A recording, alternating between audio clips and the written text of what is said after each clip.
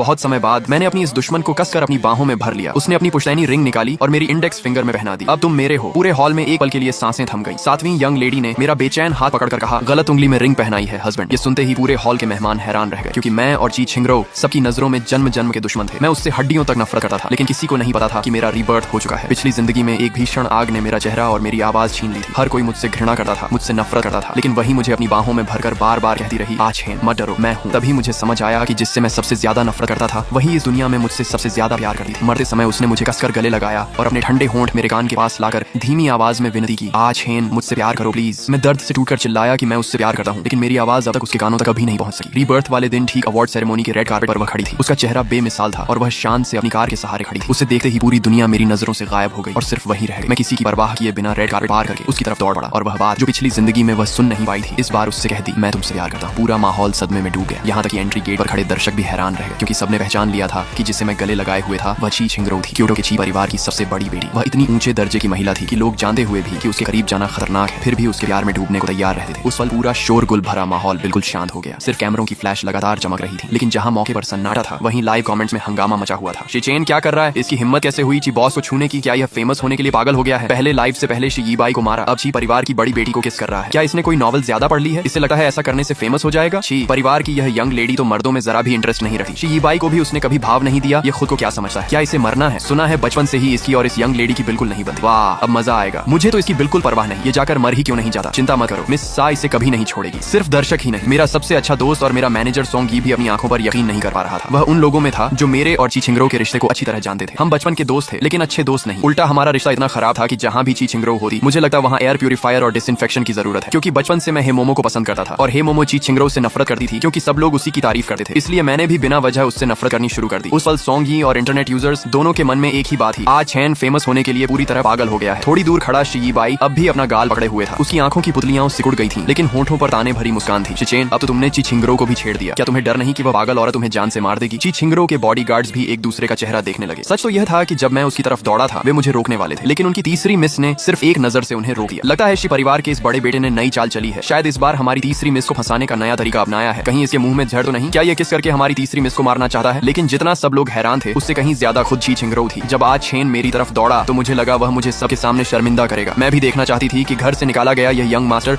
अब कौन सी नई हरकत करेगा, लेकिन